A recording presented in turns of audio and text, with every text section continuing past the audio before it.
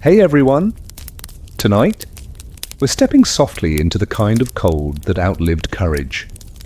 A winter so bitter it silenced entire armies and left an empire shivering beneath the weight of its own ambition. Picture it. France, in the early 1800s. The fields of Burgundy are glazed in frost. The Seine drifts under a thin skin of ice. From the windows of Paris, candlelight trembles against the snow, but far to the east, beyond the cafes and cathedrals, tens of thousands march through a landscape where even the sun has forgotten to rise. Boots crunch over frozen ground, horses stumble on glassy rivers, the tricolour flag flutters stiffly in a wind that smells of iron and ash. Inside makeshift huts, men huddle beside dying embers, their coats stiff with frost. Somewhere a drum beats once, then stops. Back home, Paris waits. In salons and drawing rooms, talk of glory fills the air, but so does unease. Bread grows scarce, bells ring longer, and every new letter from the front feels colder than the one before. This was not only a winter of snow, it was a winter of spirit. An empire stretched to its edge, and beyond that, nothing but silence. The soldiers dreamed of warmth, the emperor dreamed of destiny, and both found themselves buried under the same indifferent snow. So before you settle in, take a moment to like the video and subscribe if you enjoy these quiet journeys through time and memory. And tell me, where are you listening from tonight?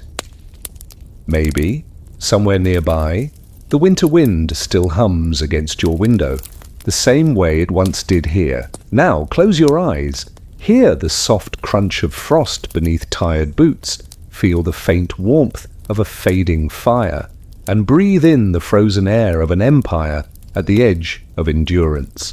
Let's begin. The story of why winters in Napoleonic France were truly brutal.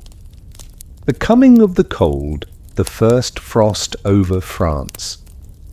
The golden light of autumn, usually a time of rich harvests and mellow evenings, began its slow, melancholic retreat.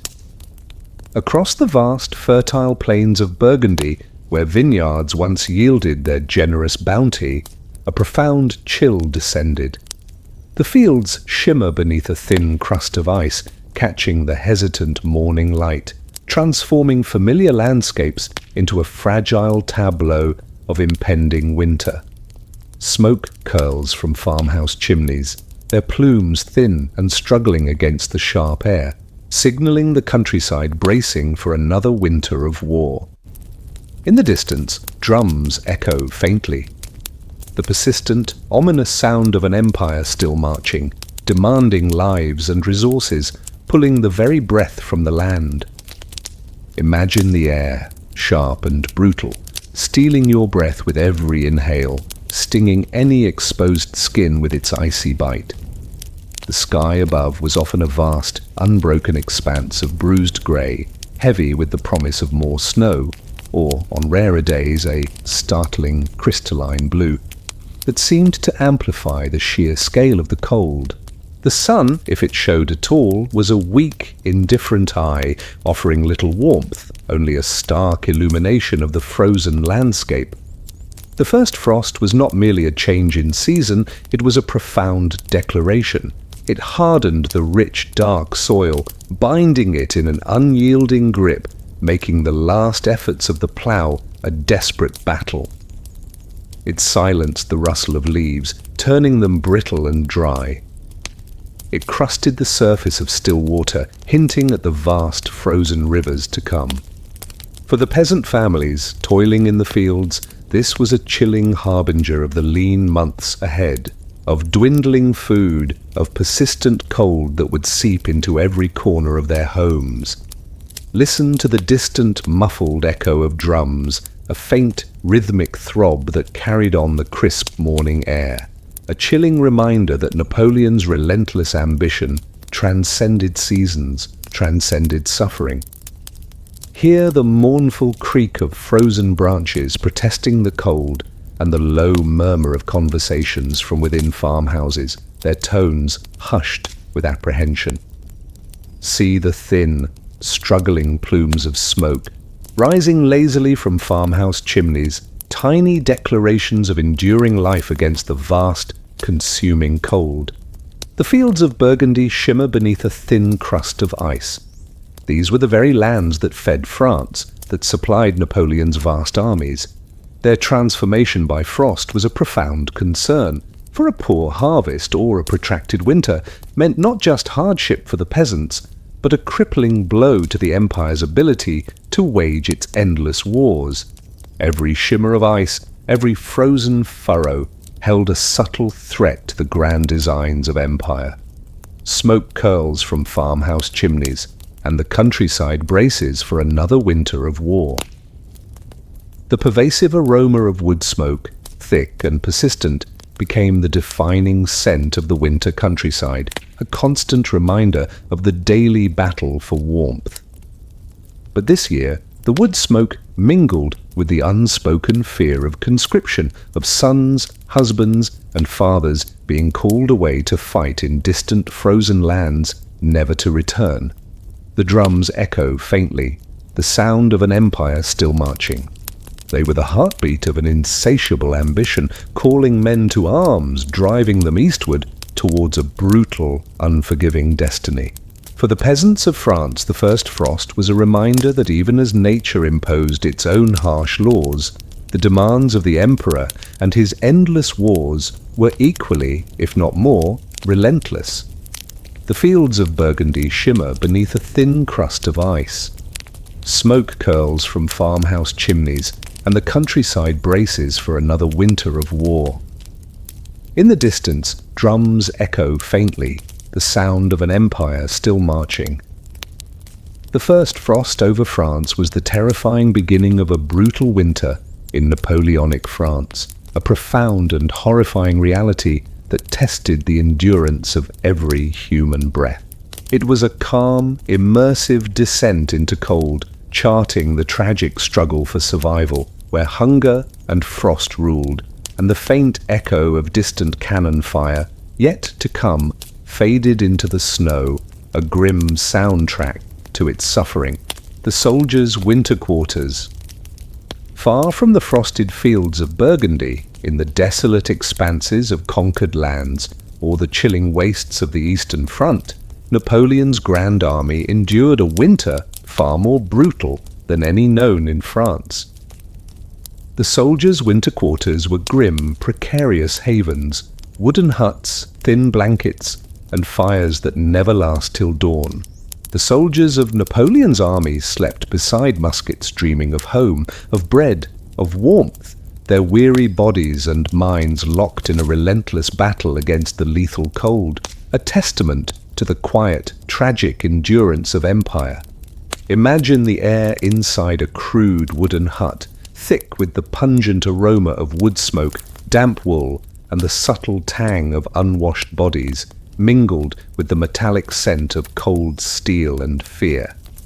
The sounds were no longer the distant echo of drums. They included the soft crackle of a dwindling fire, the low murmurs of tired men, the rhythmic groans of restless sleepers, and the muffled breathing of a dozen or more soldiers crammed into a tiny space.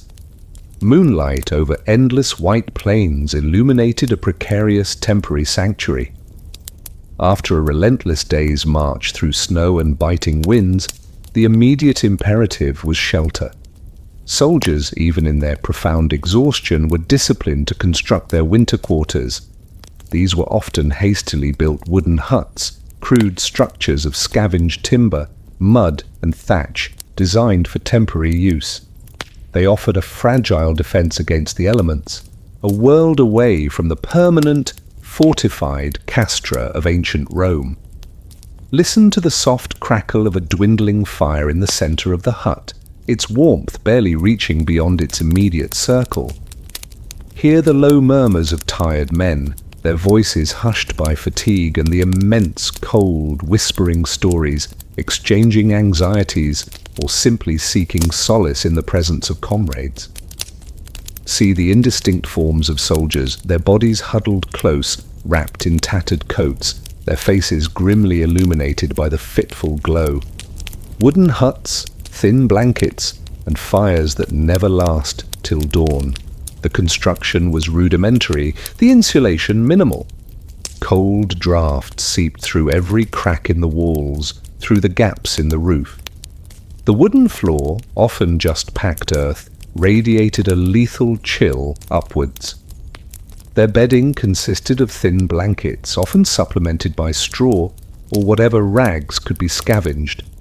These were utterly insufficient against the sub-zero temperatures of a continental winter.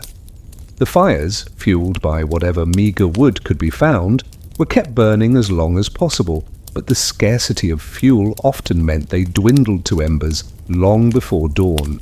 The cold would then creep in, insidious and relentless, intensifying the suffering, threatening frostbite and hypothermia for the sleeping men.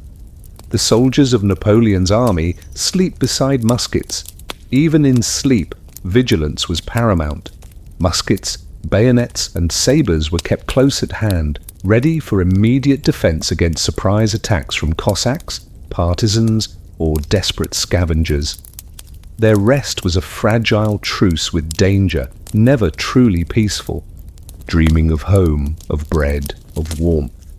Their sleep, shallow and restless, was often punctuated by vivid, haunting dreams, visions of sun-drenched French villages, of warm bread on a kitchen table, of the comforting embrace of family, of firesides that burned brightly and endlessly. These were the psychological anchors, the desperate yearnings that sustained them through the brutal reality of the moment. Wooden huts, thin blankets, and fires that never last till dawn. The soldiers' winter quarters were a terrifying, profound reality in Napoleonic France, a chilling testament to the cold that tested the body. It was a calm, immersive descent into cold, charting the tragic struggle for survival, where hunger and frost ruled, and the faint echo of distant cannon fire yet to come faded into the snow, a grim soundtrack to its suffering, its very heart frozen in a desperate, fragile dream of home. The Parisian winter of 1812. While Napoleon's Grand Army shivered on the desolate, frozen steppes of Russia, enduring the most brutal winter imaginable, the heart of the empire, Paris, experienced its own, albeit different, form of cold. The Parisian winter of 1812 was a paradoxical reality. The salons of Paris were still bright with candlelight and gossip, but beneath the chatter, a profound unease settled. The city knew the cold too, in rationed food and silent prayer, a chilling testament to the indirect yet pervasive impact of distant war, and a formidable, pervasive cold that seeped through refinement, through comfort, into the very soul of the imperial capital. Imagine the air inside a grand Parisian salon, thick with the sweet, cloying scent of beeswax candles, expensive perfumes, and the subtle tang of human presence, now permeated by an underlying, persistent chill. The sounds were no longer the triumphant drums of empire. They included the low murmur of sophisticated conversation, the soft rustle of silk gowns, the tinkle of crystal glasses, and the hushed whispers of rumor and anxiety. Moonlight over endless white plains was replaced by the glittering, yet subtly apprehensive, glow of chandeliers. Paris, the vibrant, magnificent capital of Napoleon's empire, was a city of stark contrasts. Its wealthy elite, clinging to the trappings of empire, continued their social season.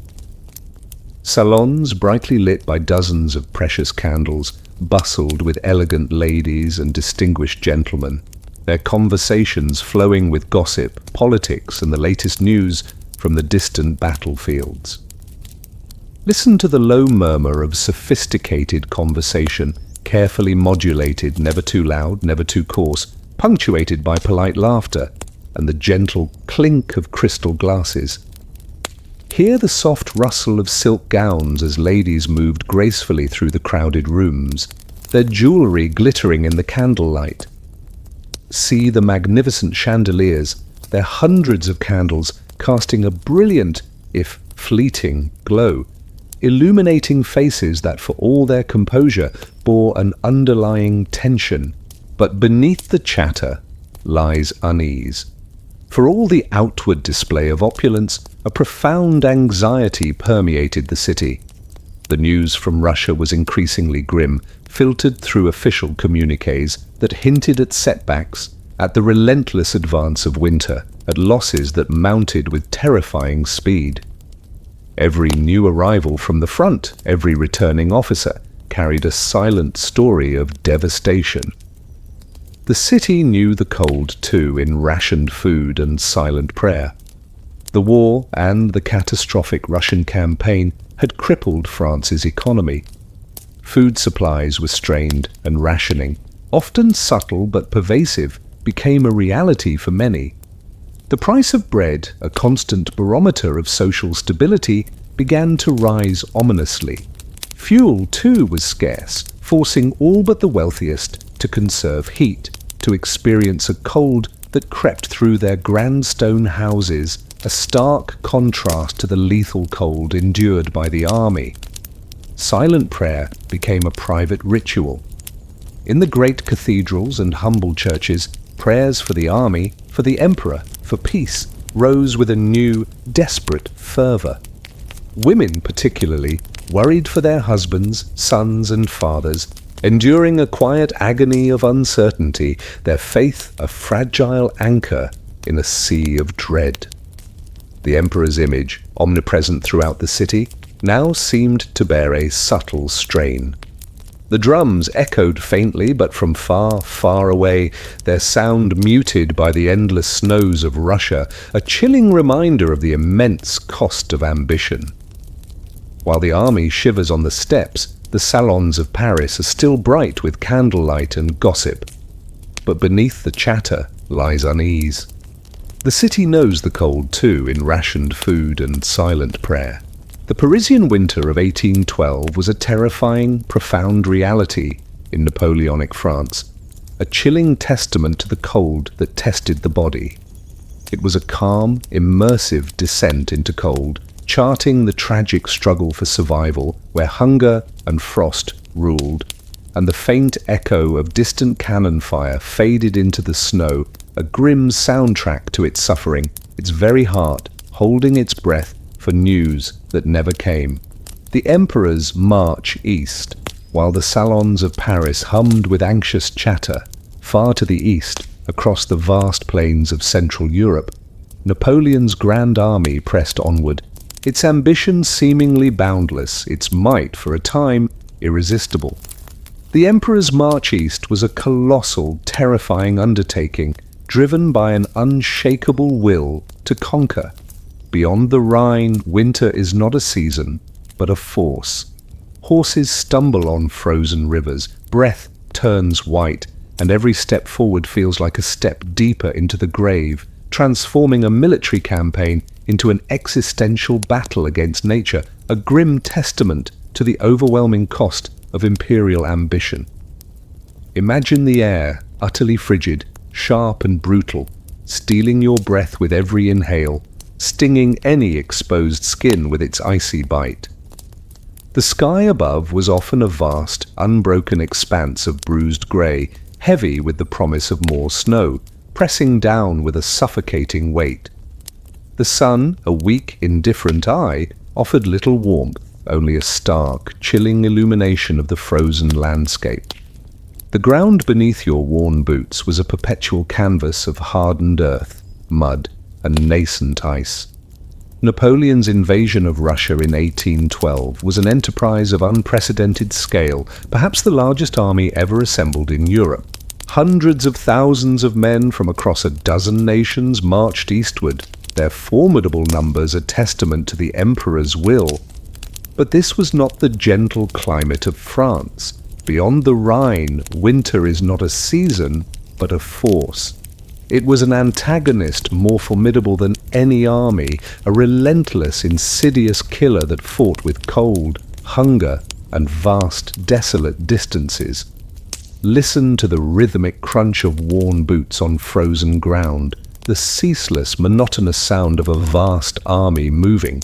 Hear the low, guttural grunts of straining men, pulling supply wagons, pushing cannon through mud that would soon turn to ice. See the long, dark, endless columns of soldiers, their faces grim, their bodies hunched against the biting wind, their colourful uniforms slowly turning drab with the dust and grime of the march, then caked with freezing mud. Horses stumble on frozen rivers. The rivers, once flowing arteries, became treacherous obstacles. Their surfaces, frozen but often unstable, threatened to crack under the immense weight of men, horses, and heavy artillery. A single misstep could plunge a soldier or a vital supply wagon into the lethal, frigid water below, turning a crucial crossing into a scene of desperate chaos and agonizing loss. Breath turns white. Every exhale was a visible cloud, mingling with the visible exhalations of hundreds of thousands of men, a collective breath of ice. The cold seeped into their bones, stealing warmth, sapping strength, pushing them deeper into their tattered coats, their bodies already weakened by inadequate rations and relentless exertion, and every step forward feels like a step deeper into the grave. The sheer scale of the distances, the vast, desolate expanses of Poland and Russia, swallowed men, horses, and supplies with terrifying efficiency. The roads, often poor, became quagmires, then frozen traps. The further east they marched, the harsher the conditions, the more desperate the struggle for food and shelter. The psychological toll was immense, the relentless cold, the gnawing hunger, the constant awareness of the vast, hostile landscape, the subtle realization that their enemy was not just an army, but nature itself. These factors eroded morale, bred despair, and chipped away at the formidable discipline of the Grand Army. Beyond the Rhine, winter is not a season, but a force. Horses stumble on frozen rivers. Breath turns white, and every step forward feels like a step deeper into the grave. The Emperor's march east was the terrifying, profound reality of Napoleonic France in winter, a chilling testament to the cold that tested the body. It was a calm, immersive descent into cold, charting the tragic struggle for survival, where hunger and frost ruled, and the faint echo of distant cannon fire faded into the snow, a grim soundtrack to its suffering, its very heart marching unknowingly towards its inevitable frozen doom. The snow that silenced guns. As Napoleon's Grand Army pushed deeper into the vast, unforgiving expanses of Russia, battling not just enemy forces but the insidious creep of winter, the very nature of warfare transformed. The snow that silenced guns was a profound, chilling reality. In Russia, even the thunder of cannon cannot outmatch the storm. Snow falls endlessly, muting everything. Victory, defeat, even hope, transforming the battlefield into an eerie, desolate void where the elements became the ultimate arbiter of fate, a grim testament to nature's overwhelming power. Snow falls endlessly, muting everything. Victory, defeat, even hope. Imagine the air, utterly frigid, sharp and brutal, stealing your breath, thick with the biting force of snow and ice, mingled with the faint, metallic tang of cold steel and human fear. The sounds were no longer the rhythmic crunch of marching boots. They included the relentless, violent roar of the storm, the muffled thud of artillery shells, and the desperate cries of men lost in the whiteout. Moonlight over endless white plains, now obscured by a ceaseless fall, illuminated a landscape of profound, terrifying chaos. The initial battles of the Russian campaign had been fought with the thunderous roar of cannon, the disciplined volleys of muskets, and the desperate clash of bayonets. But as autumn gave way to a prematurely harsh winter, the elements themselves became the dominant force, turning the vast plains into a lethal, unpredictable battlefield. Listen to the relentless, violent roar of the storm, screaming through the vast, open plains, a banshee's wail that seemed to encompass the entire world. Hear the muffled thump of artillery shells, their explosions now dulled by the thick blanket of falling snow, their thunderous impact diminished. See the endless, swirling curtains of white obscuring all sight, reducing visibility to mere feet, transforming the battlefield into a featureless, terrifying void. The sheer volume and persistence of the snowfall were overwhelming. It accumulated in vast, deep drifts, burying supply lines, trapping men and horses, turning roads into impassable quagmires. The fine, dry snow, whipped by the ceaseless wind, created blinding whiteouts that disoriented even the most seasoned soldiers, making coordinated movement impossible. The cannons, once the devastating arbiters of battle, became cumbersome, useless blocks of cold iron, their movements hampered by deep snow, their range limited by blinding visibility. Muskets jammed, their powder damp, swords and bayonets became brittle with cold. Even the thunder of cannon cannot outmatch the storm. The elements rendered human weapons, human strategy, human will utterly impotent. The psychological toll was immense. To be lost in a whiteout, to be unable to see, to be unable to fight, to be utterly at the mercy of the elements. This was a profound, existential terror. The relentless cold, the gnawing hunger, the desperate fear of being abandoned, of succumbing to the invisible killer, eroded morale, bred despair, and chipped away at the formidable discipline of the Grand Army. Victory, defeat, even hope, all were muted by the endless snow. The lines between opposing armies blurred. The objectives of battle became irrelevant. The only objective was survival, a desperate, individual struggle against a merciless, overwhelming natural force. In Russia, even the thunder of cannon cannot outmatch the storm. Snow falls endlessly, muting everything: victory, defeat, even hope. The snow that silenced guns was the terrifying, profound reality of Napoleonic France in winter, a chilling testament to the cold that tested the body. It was a calm, immersive descent into cold, charting the tragic struggle for survival, where hunger and frost ruled, and the faint echo of distant cannon fire faded into the snow, a grim soundtrack to its suffering, its very heart fighting a losing battle against nature's overwhelming lethal power.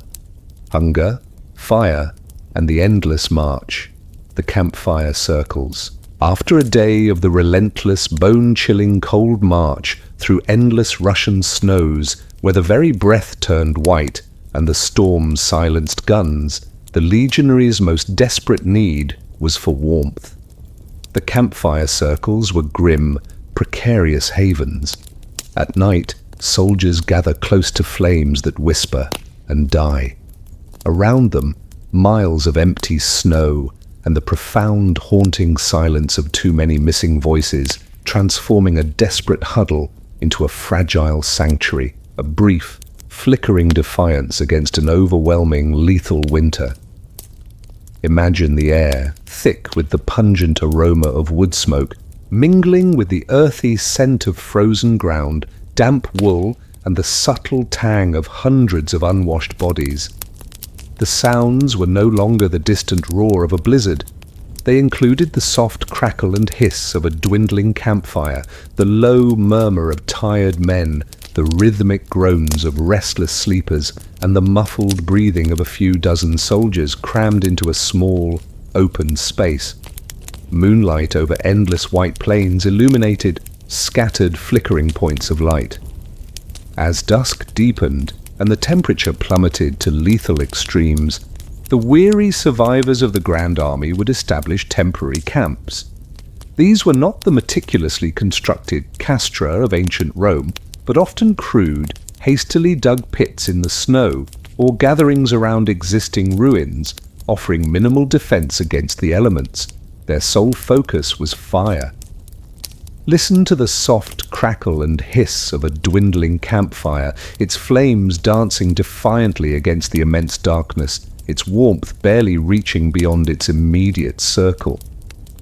Hear the low murmur of tired men, their voices hushed by fatigue and the immense cold, whispering stories of home, exchanging anxieties, or simply seeking solace in the presence of comrades.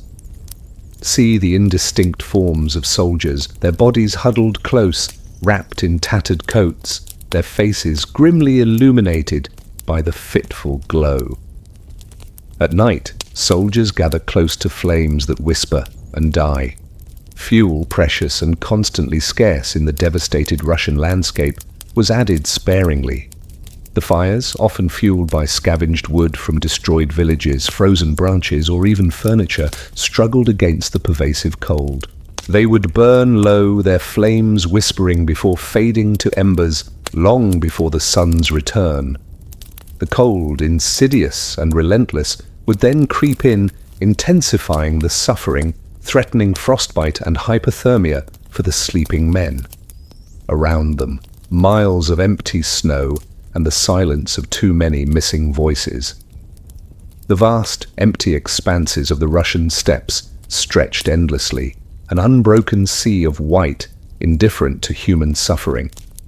The silence, profound and terrifying, was broken only by the crackle of the fire, the sounds of their own bodies, and the distant, mournful cries of wolves. But most chilling was the absence, the lack of familiar voices, the vast emptiness where thousands of comrades had once marched, now swallowed by the snow.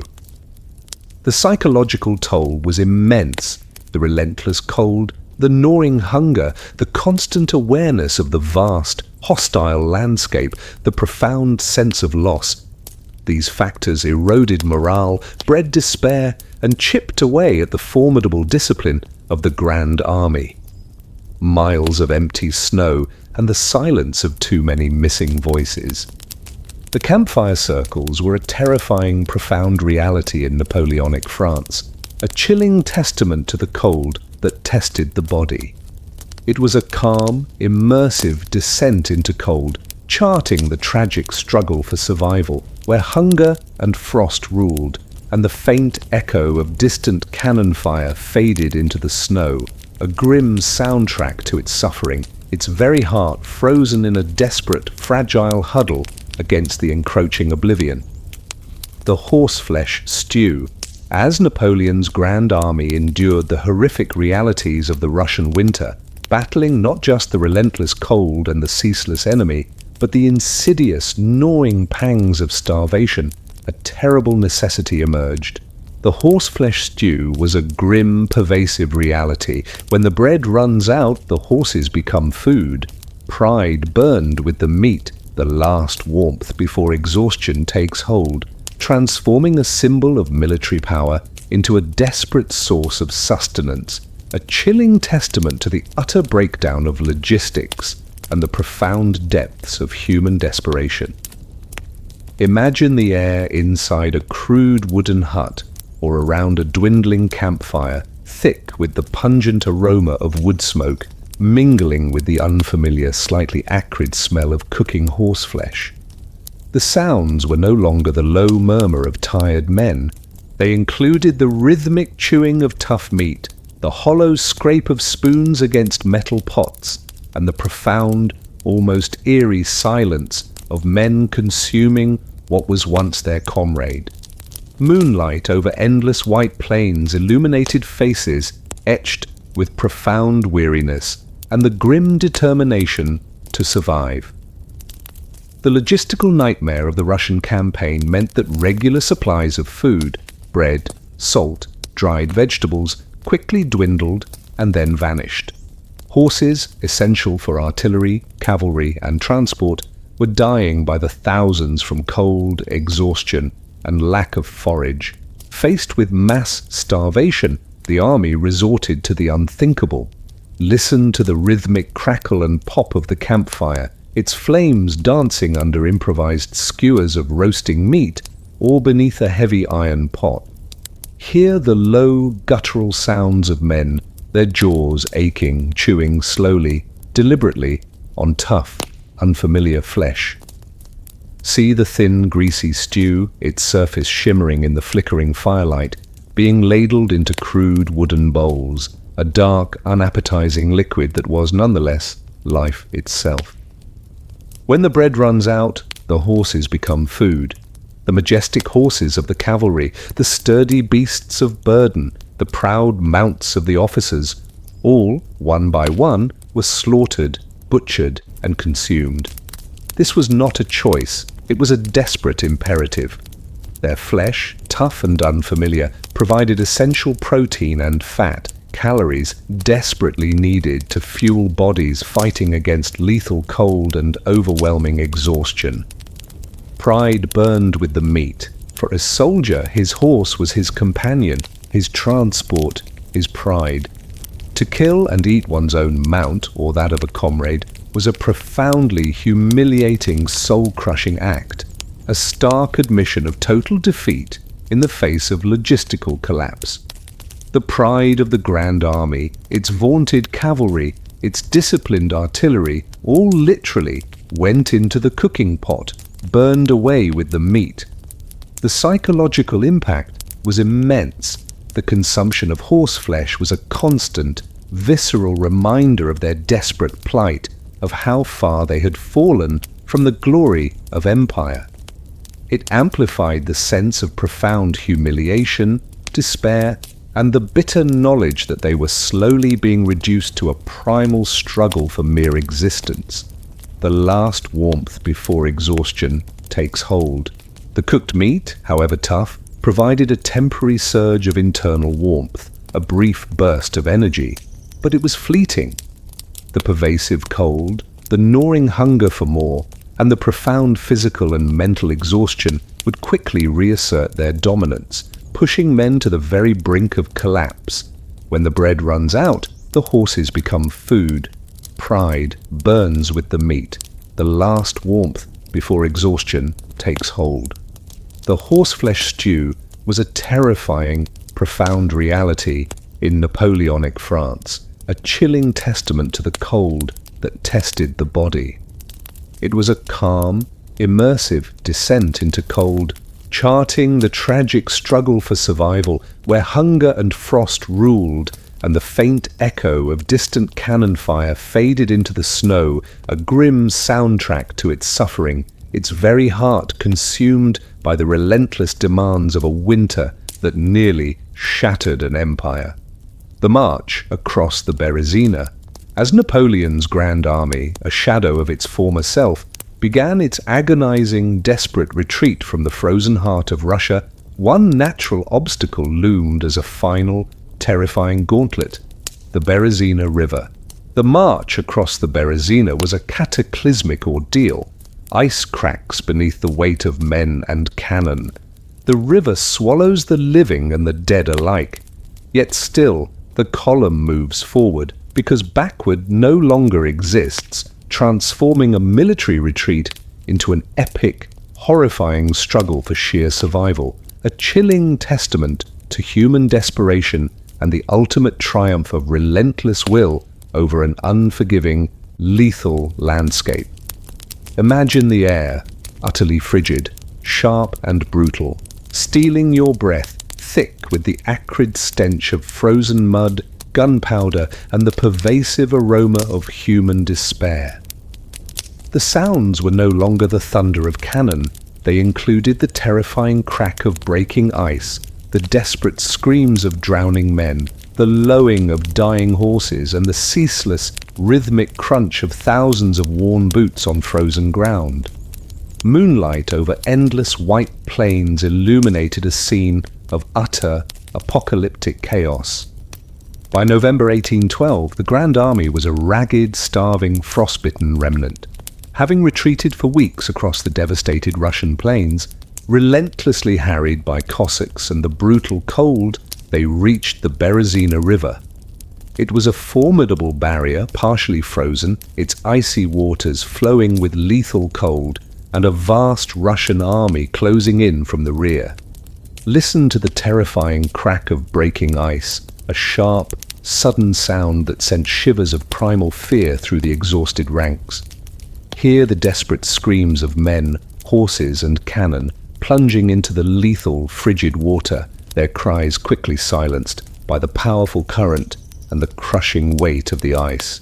See the river, its surface a churning, chaotic mix of ice floes, human bodies, and shattered timber, a scene of unimaginable horror. Napoleon, with remarkable ingenuity, ordered his engineers to construct 2 makeshift pontoon bridges under relentless enemy fire. This was a monumental feat of engineering and courage, but the bridges were fragile, constantly threatened by artillery fire and the immense pressure of the retreating army. Thousands, desperate to cross, surged onto the narrow spans, their weight testing the very limits of the timber and ice. The river swallows the living and the dead alike. Men, weakened by hunger and cold, slipped on the icy planks, falling into the lethal currents. Horses, exhausted and terrified, stumbled, dragging cannon and wagons into the freezing water. The ice, already weak, would crack under the immense weight, plunging entire sections of the army into the lethal depths. The river became a churning mass of human and animal bodies, of shattered equipment, a watery grave for thousands. Yet still, the column moves forward, because backward no longer exists. Faced with the choice between crossing the terrifying river and being annihilated by the pursuing Russian army, the only option was to press onward. The retreat, already brutal, transformed into a desperate, almost suicidal surge for survival. Discipline, though severely strained, remained the only slim hope. The psychological toll was immense. To witness such profound suffering, such chaos, such relentless death, yet to be forced to continue to push forward, knowing that every step was a gamble. This was a profound, soul-crushing ordeal. The weight of dreams that froze before they could thaw, of home, of warmth, of life, became almost unbearable. Ice cracks beneath the weight of men and cannon. The river swallows the living and the dead alike, yet still the column moves forward, because backward no longer exists. The march across the Berezina was the terrifying, profound reality of Napoleonic France in winter, a chilling testament to the cold that tested the body. It was a calm, immersive descent into cold, charting the tragic struggle for survival, where hunger and frost ruled, and the faint echo of distant cannon fire faded into the snow. A grim soundtrack to its suffering, its very heart fighting a losing battle against nature's overwhelming, lethal power, forever etched in the memory of empire. Ice cracks beneath the weight of men and cannon. The winter letters, as Napoleon's grand army endured the horrific realities of the Russian winter, battling not just the relentless cold and the ceaseless enemy, but the gnawing pangs of starvation and the profound psychological torment of endless retreat. One fragile thread connected them to the world they fought for. The winter letters were a poignant, desperate ritual. From the front, trembling hands wrote words home, still alive, still cold. The ink would often freeze before the sentence ended, transforming simple communication into a testament to enduring love, profound suffering, and the fragile hope that flickered between the battlefront and the home front.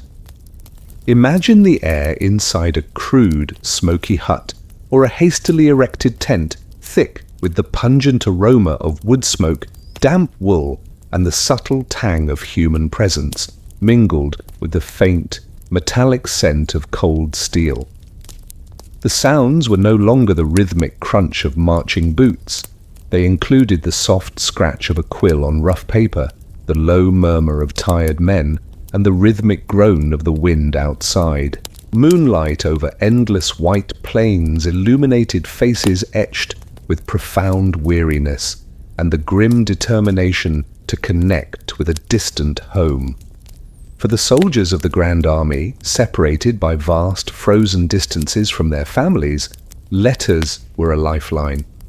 They were a precious, tangible link to the world they had left behind, a source of profound emotional sustenance, a desperate attempt to bridge the immense chasm of war and winter. Listen to the soft scratch of a quill on rough, often damp paper. Its sound a fragile counterpoint to the relentless cold. Hear the low murmur of a soldier, his voice almost a whisper, as he painstakingly formed words, battling not just the cold, but the profound fatigue that dulled his senses. See the trembling hands, blue with cold, gripping the quill, their movements slow, deliberate, each word a desperate assertion of continued existence. From the front, trembling hands write words home, still alive, still cold. The messages were often brief, stark, conveying only the most essential information. A simple declaration of survival, a confirmation of continued presence. But between the lines, unspoken, lay the immense suffering, the gnawing hunger, the pervasive cold, the relentless exhaustion, the constant fear of death. The ink freezes before the sentence ends. The extreme cold, often plunging far below freezing, made the very act of writing a battle. The ink in the bottle would congeal, then freeze solid, forcing the soldier to warm it with his breath or by the struggling campfire. His fingers, numb with cold, would struggle to grip the quill, to form legible letters. The very act of writing became a testament to his desperate determination to communicate, to affirm his existence. The psychological impact was immense. To write home, to reassure loved ones, to maintain that fragile connection was a profound act of love and hope. But it was also a cruel reminder of all that was lost, all that they endured, all that might never return. The act of writing, for all its emotional solace, was a constant battle against the grim reality of their situation. These letters, precious and rare, carried not just words, but the very essence of human endurance across the frozen continent. They were a testament to the power of human connection, a thread of warmth woven between the brutal front and the anxious home. From the front, trembling hands write words home, still alive, still cold. The ink freezes before the sentence ends. The winter letters were a terrifying, profound reality in Napoleonic France, a chilling testament to the cold that tested the body.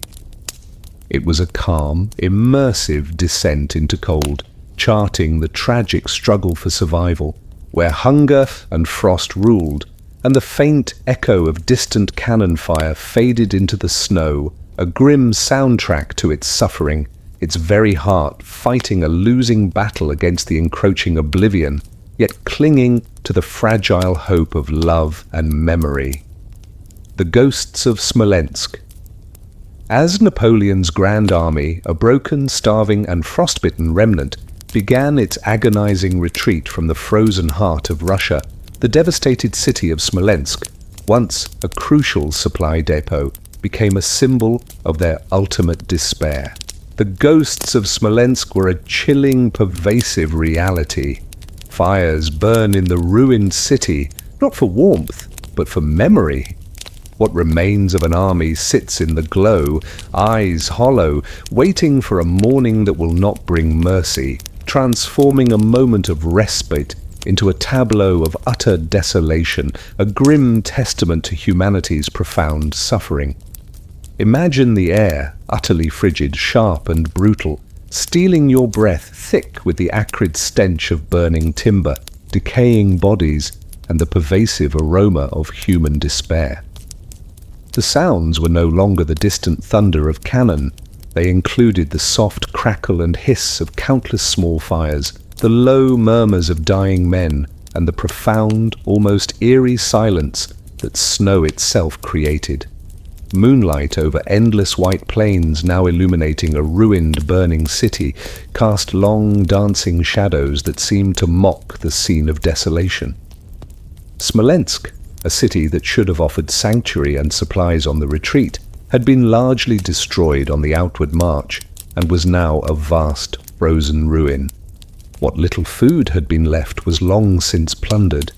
Its shattered buildings, its deserted streets, its very silence became a grim mirror of the army's own condition, broken, starving, dying. Listen to the soft crackle and hiss of countless small fires, scattered amidst the ruins, their flames struggling against the pervasive cold. Hear the low murmurs of dying men, their voices hoarse with cold and hunger, their pleas for warmth, for food, for mercy, fading into the vast, indifferent night. See the hollow eyes of the soldiers, their faces gaunt, blackened by smoke and frostbite, reflecting the flickering firelight, devoid of all hope. Fires burn in the ruined city, not for warmth, but for memory. These countless small fires, built from scavenged timber from the ruined buildings, offered little true warmth in the lethal cold. Their primary purpose was psychological, a defiant assertion of human presence against the overwhelming desolation, a desperate attempt to rekindle the memory of warmth, of humanity, in a place utterly devoid of it. They burned for the lost, for the fallen, for the memory of an army that once was. What remains of an army sits in the glow, eyes hollow, waiting for morning that will not bring mercy. The once mighty Grand Army, its discipline shattered, its ranks decimated, was now a mere collection of starving, freezing, demoralized men. They huddled around these meager fires, their bodies broken, their spirits crushed, their eyes hollow with the profound trauma they had endured. There was no hope of mercy, no expectation of relief. Only the grim certainty of more cold, more hunger, more death. The psychological toll was immense. To be surrounded by such profound ruin, such widespread suffering, such utter despair, this was an experience that shattered the soul. The memory of lost comrades, of the futile ambition, of the overwhelming power of the Russian winter, became an indelible part of their being, waiting for morning that will not bring mercy. The sun, when it eventually rose, would offer little warmth, only a stark illumination of the hundreds of bodies that had succumbed to the cold in the night. The relentless march, the desperate struggle would begin anew. Fires burn in the ruined city, not for warmth, but for memory. What remains of an army sits in the glow, eyes hollow, waiting for morning that will not bring mercy. The ghosts of Smolensk were a terrifying, profound reality in Napoleonic France, a chilling testament to the cold that tested the body. It was a calm, immersive descent into cold, charting the tragic struggle for survival, where hunger and frost ruled, and the faint echo of distant cannon fire faded into the snow, a grim soundtrack to its suffering, its very heart fighting a losing battle against profound, soul-crushing despair. The home front's silent struggle, the empty hearths of France. While Napoleon's Grand Army endured the unspeakable horrors of the Russian winter, far across a frozen continent, the Cold War raged on a different front, in the heart of France itself. The empty hearths of France were a profound, silent testament to the immense, unseen toll of endless war and a brutal winter. In every village, someone waits. A mother, a wife, a friend. The hearth burns low. The wind outside whispers names that will never return, transforming cherished homes into havens of profound anxiety and enduring quiet grief. Imagine the air inside a humble farmhouse, thick with the earthy scent of mud brick, the pervasive aroma of wood smoke, and the subtle tang of human presence, now permeated by a profound stillness, a palpable sense of absence.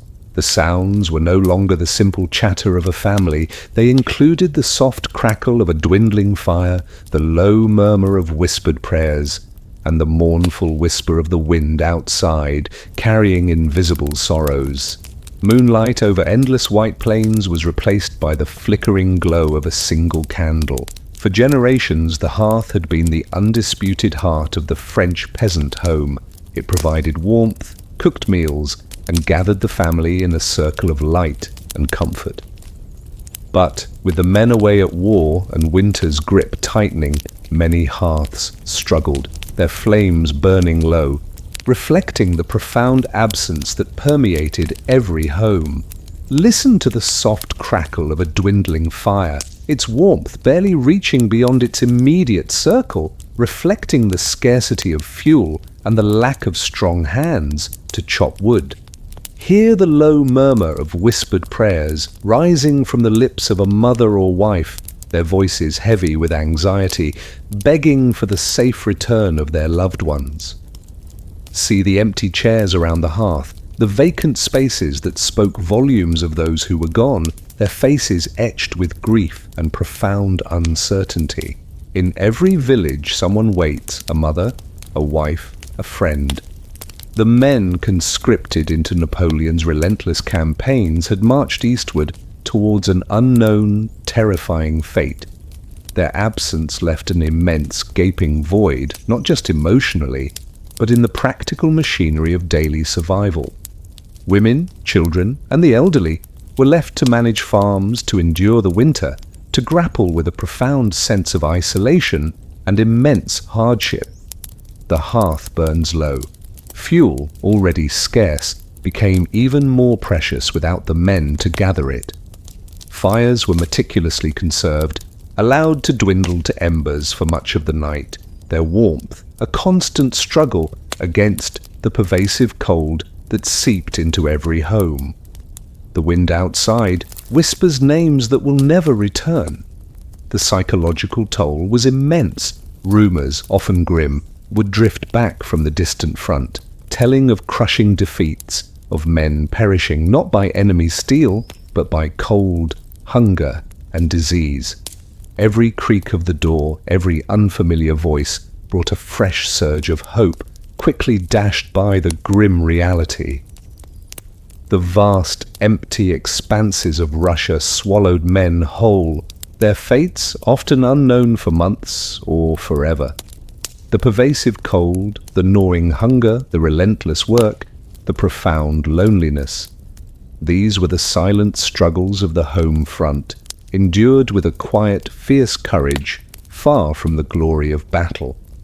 In every village someone waits, a mother, a wife, a friend. The hearth burns low, the wind outside whispers names that will never return. The empty hearths of France were a terrifying, profound reality in Napoleonic France, a chilling testament to the cold that tested the body. It was a calm, immersive descent into cold, charting the tragic struggle for survival, where hunger and frost ruled, and the faint echo of distant cannon fire faded into the snow, a grim soundtrack to its suffering, its very heart consumed by profound, silent grief, and the long shadows of empire. The widow's winter, as Napoleon's grand army endured the unspeakable horrors of the Russian winter, far across a frozen continent, its devastating toll cascaded back to the heart of the empire, claiming countless husbands, fathers, and sons. For many women, this loss transformed an already brutal season into an abyss of hardship. The widow's winter was a profound, pervasive reality. Paris dresses in black. Women walk the boulevards with slow steps, clutching letters in gloved hands. The snow covers the grief but never cools it, a chilling testament to profound personal loss and the immense practical challenges of solitary survival. Imagine the air, utterly frigid, sharp and brutal, stealing your breath, thick with the subtle scent of ice, frozen mud, and the pervasive aroma of human despair. now mingled with the faint fragrance of morning crepe and old perfume. The sounds were no longer the distant echo of drums. They included the muffled crunch of footsteps on snow, the low murmur of hushed condolences, and the soft rustle of black dresses. Paris itself held its breath, its grand boulevards now etched with a profound, collective sorrow.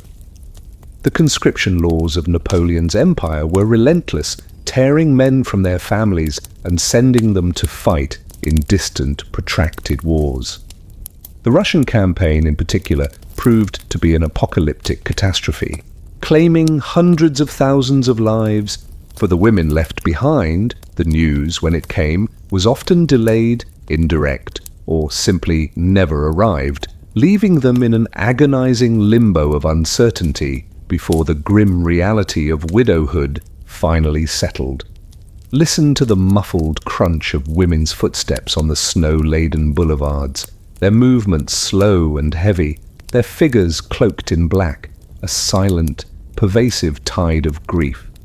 Hear the low murmur of hushed condolences exchanged between neighbors, their voices tinged with both empathy and a shared, profound apprehension.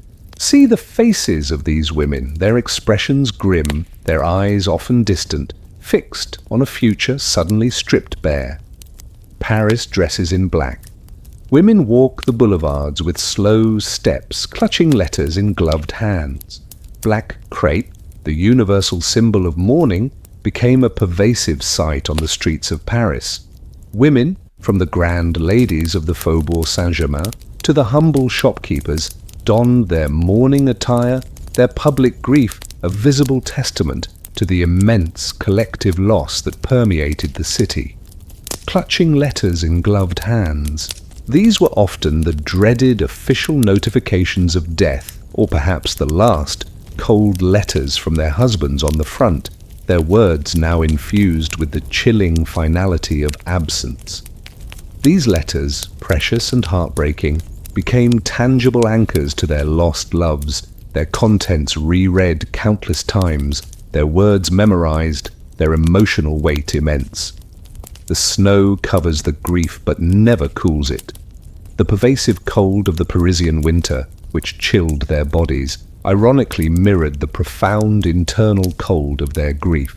The white blanket of snow covering the city might obscure the immediate signs of mourning, but it could never cool the immense, aching sorrow that gripped their hearts. It was a grief that lingered, sharp and relentless, amplified by the pervasive cold and the stark absence of their partners. The practical burden of widowhood was immense. Women, often unaccustomed to managing finances or a business, were thrust into sole responsibility for their households, their children, and their economic survival. The harsh winter, with its scarce food and fuel, only exacerbated these challenges. Paris dresses in black.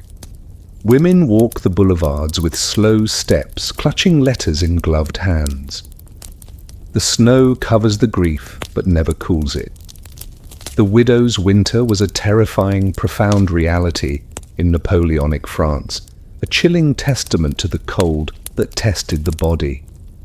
It was a calm, immersive descent into cold, charting the tragic struggle for survival where hunger and frost ruled, and the faint echo of distant cannon fire faded into the snow, a grim soundtrack to its suffering, its very heart consumed by profound, uncooling grief beneath the long shadows of empire. The cold inside the palaces. While Napoleon's grand army crumbled amidst the frozen steppes of Russia, and Parisian widows dressed in black, even within the glittering heart of the empire, a different, more subtle chill permeated. The cold inside the palaces was a profound irony. Even at the Tuileries, the imperial residence, the chill crept through marble halls. Napoleon himself warmed his hands over maps, tracing lines that men would die to draw, a chilling tableau of abstract ambition clashing with brutal reality where the pervasive cold subtly eroded the very foundations of imperial power. Imagine the air inside the grand, opulent halls of the Tuileries Palace, thick with the subtle scent of beeswax candles, expensive perfumes, and the pervasive aroma of old marble, now mingled with a persistent, inescapable chill. The sounds were no longer the triumphant shouts of empire. They included the low murmur of hushed conversations, the rhythmic ticking of clocks, and the crackle of struggling fireplaces. Moonlight over endless white plains was replaced by the glittering yet subtly apprehensive glow of chandeliers. The palaces of imperial Paris, the Tuileries, the Louvre, Versailles, were magnificent, awe-inspiring testaments to French grandeur. Their vast, soaring chambers, their endless corridors, their walls adorned with tapestries and gilded decorations, were designed for display, for power, for opulence. But their very scale, their construction from cold stone and marble, made them notoriously difficult to heat, particularly in a harsh winter. Listen to the low murmur of hushed conversations between courtiers, their voices carefully modulated, punctuated by polite coughs. Hear the rhythmic ticking of grand clocks marking the agonizing passage of time. See the magnificent chandeliers, their countless candles, casting a brilliant, if localized, glow, illuminating faces that, for all their composure, bore an underlying tension. Even at the Tuileries, the chill creeps through marble halls. Despite immense resources, despite the efforts of hundreds of servants, the cold permeated the vast, unheated spaces. Grand salons, ballrooms, and reception halls remained frigid, warmed only by the localized heat of immense fireplaces, whose roaring flames struggled against the sheer volume of cold air. Courtiers, nobles, and even the emperor's personal staff wrapped themselves in heavy cloaks and furs indoors, a subtle admission of winter's pervasive power. Napoleon warmed his hands over maps, tracing lines that men will die to draw. The emperor himself, often working late into the night, his mind consumed by strategy, by logistics, by the fate of his army, would sit by a roaring fireplace, his hands held out to the flames, seeking respite from the chill. Before him, spread across a polished table, lay vast, detailed maps of Russia, marked with the lines of advance, the positions of his retreating legions, the vast, empty spaces where thousands of men were freezing to death. The irony was profound. While the emperor warmed his hands over the abstract lines of conquest, his soldiers perished by the thousands in the very cold he sought to command. The chill that crept through the marble halls was a constant, subtle reminder of the brutal reality of the distant battlefield, a chilling contrast between imperial ambition and human suffering. The psychological impact was immense. The cold inside the palaces was a silent, insidious force, subtly eroding the illusion of absolute control, bringing the harsh realities of the war home, even to the very heart of power. It underscored the immense, crushing burden of the campaign, amplifying the underlying unease that permeated the city. Even at the Tuileries, the chill creeps through marble halls. Napoleon warms his hands over maps, tracing lines that men will die to draw. The cold inside the palaces was a terrifying, profound reality in Napoleonic France, a chilling testament to the cold that tested the body. It was a calm, immersive descent into cold, charting the tragic struggle for survival, where hunger and frost ruled, and the faint echo of distant cannon fire faded into the snow, a grim soundtrack to its suffering, its very heart fighting a losing battle against the encroaching oblivion, its cold a profound symbol of the long shadows of empire. The rumors of defeat.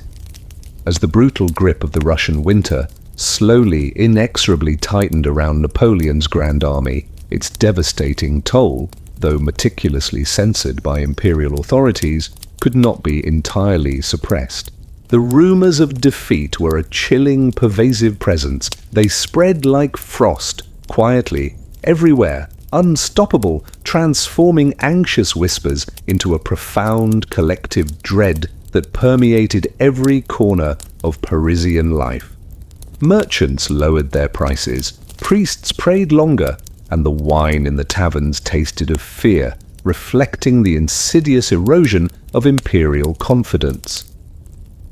Imagine the air inside a bustling Parisian tavern, thick with the pungent aroma of stale ale, wood smoke, and the subtle tang of human presence, now mingled with the pervasive scent of fear and profound uncertainty. The sounds were no longer the simple chatter of a prosperous gathering. They included the low murmur of hushed conversations, the clink of pewter mugs, and the quiet sighs of worried patrons. Paris itself held its breath, its grand boulevards now etched with a profound collective apprehension. Napoleon's regime maintained a strict control over information, striving to present an image of unshakable victory and imperial might. Official communiques from the Russian front were carefully crafted to minimize losses, to emphasize strategic withdrawals, to obscure the true catastrophe unfolding. But the sheer scale of the disaster, the relentless march of winter, and the slow trickle of grim-faced, frostbitten survivors made complete censorship impossible. Listen to the low murmur of hushed conversations, their voices carefully modulated, as patrons gathered in taverns, exchanging snippets of information, piecing together fragments of truth from returned soldiers or cautious letters. Hear the worried sighs, the nervous coughs, the clink of pewter mugs, as men and women tried to discern the full extent of the disaster. See the faces of merchants, once confident and booming, now etched with deep lines of worry, their eyes distant, fixed on a future suddenly clouded by uncertainty. They spread like frost, quietly, everywhere, unstoppable. The rumors of defeat, however fragmented, traveled with astonishing speed through the city, carried by whispers, by glances, by unspoken fears. They permeated every social stratum, from the crowded tenements of the poor to the elegant salons of the elite. Like frost, they spread silently, inexorably, chilling the very soul of the city. Merchants lowered their prices. The financial markets, already strained by years of war, reacted with alarm. The confidence that underpinned imperial commerce began to falter, leading to a visible downturn in trade. Goods, once eagerly sought, now sat unsold, reflecting a profound lack of economic optimism. Priests pray longer. In the great cathedrals and humble churches, prayers for the army, for the emperor, for peace, rose with a new, desperate fervor. The clergy, witnessing the pervasive fear and the mounting evidence of catastrophe, offered spiritual solace, but their own faces were often grim, their faith tested by the scale of the suffering. And the wine in the taverns tastes of fear. The very simple pleasures of life, once a respite from daily toil, were now infused with an underlying current of dread. The wine, usually a source of comfort, now seemed to carry the bitter taste of impending disaster, its celebratory power diminished by the weight of unspoken anxieties. They spread like frost, quietly, everywhere, unstoppable. Merchants lower their prices, priests pray longer, and the wine in the taverns tastes of fear. The rumors of defeat were a terrifying, profound reality in Napoleonic France, a chilling testament to the cold that tested the body. It was a calm, immersive descent into cold, charting the tragic struggle for survival, where hunger and frost ruled, and the faint echo of distant cannon fire faded into the snow, a grim soundtrack to its suffering, its very heart fighting a losing battle against profound, invisible despair. The return that broke the silence. As the Parisian winter of 1812 deepened, and grim rumors of catastrophe in Russia spread like frost, a profound, uneasy silence descended upon the city, punctuated only by the mournful toll of church bells. The true scale of the disaster, however, remained largely abstract, a distant horror. Then the silence shattered. The return that broke the silence was a terrifying, visceral reality. When the survivors limp home, Paris greets them with disbelief. The empire looks strong on paper, but the winter has already undone it, transforming a collective delusion into a stark, undeniable confrontation with brutal truth. Imagine the air, utterly frigid, sharp and brutal, stinging any exposed skin, thick with the subtle scent of ice, frozen mud, and the pervasive aroma of human despair, now mingled with the acrid tang of frostbite and the stench of unwashed, dying men. The sounds were no longer the low murmur of rumors. They included the ragged coughs of the returning, the dragging shuffle of countless feet, and the hushed, terrified gasps of onlookers. Paris itself held its breath, its grand boulevards now etched with a profound collective shock. For weeks, Napoleon's regime had striven to control the narrative, to present an image of strategic withdrawal, of temporary setbacks. Official bulletins spoke of courage, of endurance, of the emperor's unwavering genius. But the reality was a catastrophe of unprecedented scale, and that reality could not be contained forever. Listen to the ragged coughs of the returning soldiers, their sounds hoarse and incessant, tearing through the silence with brutal clarity. Hear the dragging shuffle of countless boots worn to tatters on the frozen cobblestones, a slow, agonizing rhythm that spoke of profound exhaustion. See the figures, at first a trickle, then a slow, agonizing stream. Men, no longer soldiers, but gaunt, frost-bitten spectres, their faces blackened, their bodies swaddled in tattered rags and crude bandages, their eyes hollow and vacant. When the survivors limp home, Paris greets them with disbelief. These were not the triumphant legions of Marengo or Austerlitz, resplendent in their uniforms. These were the walking dead, the living proof of Russia's merciless winter. Their physical state, the amputated limbs, the frost-bitten noses, the emaciated bodies, spoke a language of horror that no official communique could deny. The empire looks strong on paper, but the winter has already undone it. On paper, Napoleon still commanded vast resources. His empire stretched across Europe. His will remained absolute. But the sight of these broken men, these human remnants, was a visceral, undeniable counter-narrative. It revealed the immense, crippling human cost, the profound, irreparable damage inflicted by the Russian winter. The backbone of the Grand Army, its human infrastructure, was shattered, its spirit broken. The psychological impact on Paris was immense. Disbelief, shock, horror, and a profound sense of grief washed over the city. The collective delusion of invincibility, of imperial glory, shattered against the stark reality of human suffering. The city's anxious chatter, its suppressed fears, erupted into a wave of profound sorrow and a dawning understanding of the true scale of the disaster. The streets, which had been silent with fear, now echoed with a different kind of silence, the stunned, horrified quiet of a city confronting its own profound loss. The dreams of glory, of conquest, of a boundless empire were now forever tinged with the bitter taste of frozen blood and human suffering. When the survivors limp home, Paris greets them with disbelief. The empire looks strong on paper, but the winter has already undone it.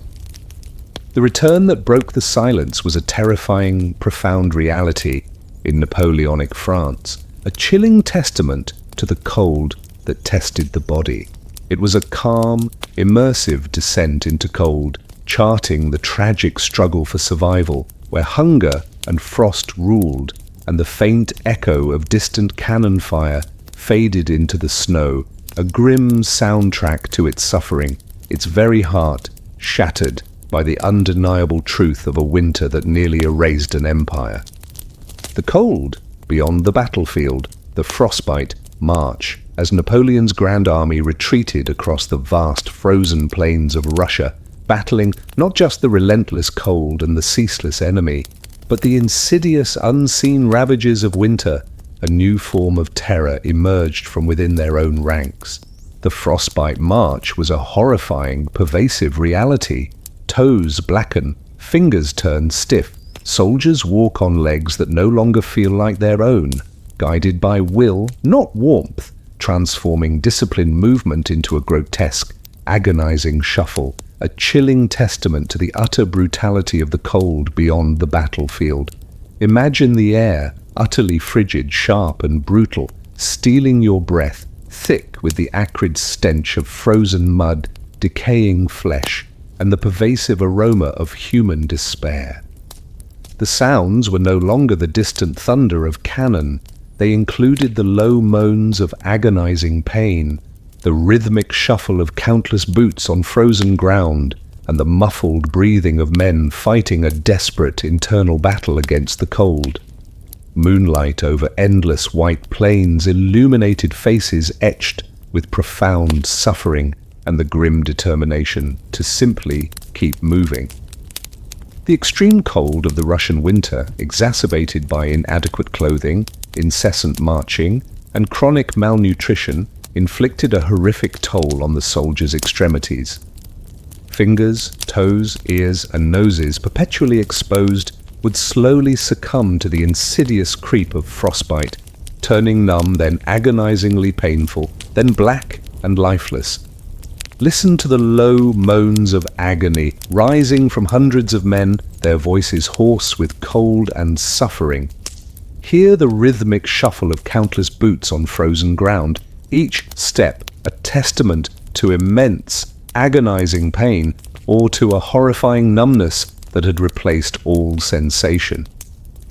See the gaunt figures, their faces blackened by smoke and frostbite, their hands and feet wrapped in crude bandages, their expressions grim, their eyes distant, fixed on an unseen, impossible hope.